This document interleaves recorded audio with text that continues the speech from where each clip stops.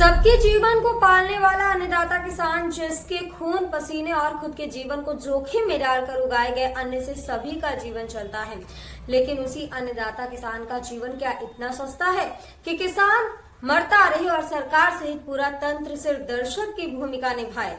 जी हाँ, उन्नाव के बीघापुर थाना क्षेत्र के ओसिया गांव में एक किसान ने खेतों में फसल की पैदावार कम होने के कारण डिप्रेशन में आकर जहरीला पदार्थ खा लिया, जिससे उनकी मौत हो गई। पुलिस ने शव को कब्जे में लेकर पोस्टमार्टम के लिए भेजा है।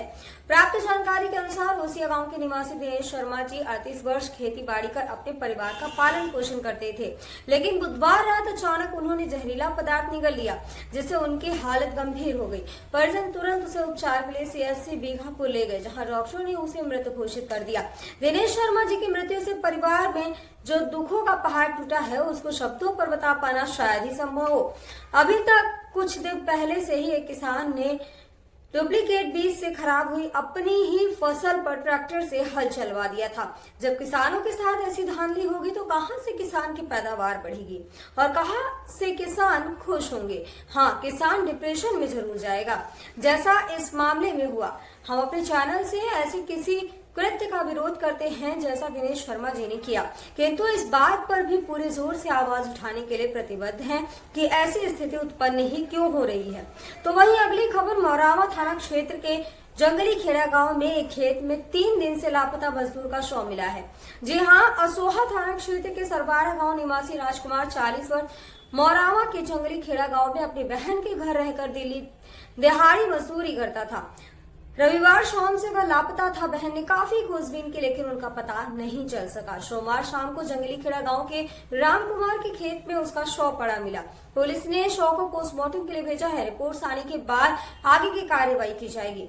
पुलिस इस मामले को संदिग्ध मानते हुए विभिन्न पहलुओं से जांच जारी की है।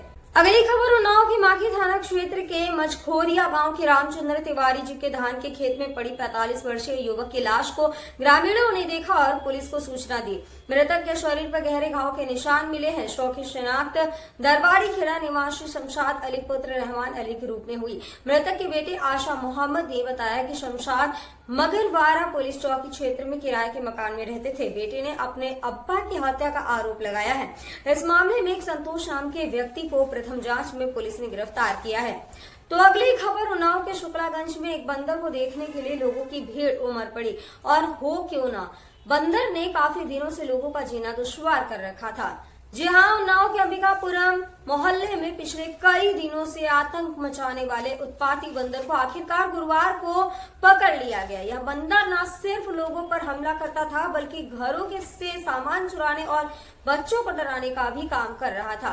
इसके आतंक से परेशान मोहल्ले वालों ने नगर पालिका गंगा घाट में शिकायत दर्ज कराई थी, जिसके बाद बंदर को पकड़ने के लिए खास इंतजाम किए गए और फिर किसी तरह से जाल बिछाकर उत्पाती बानर को पिंजड़े में कैद करके वन विभाग को सौंपा गया। लेकिन जैसे जैसे लोगों को बंदर के पकड़े जाने की सूचना मिल रही थी, लोग सुकून की सांस ले रहे और बंदर को देखने आ रहे थे।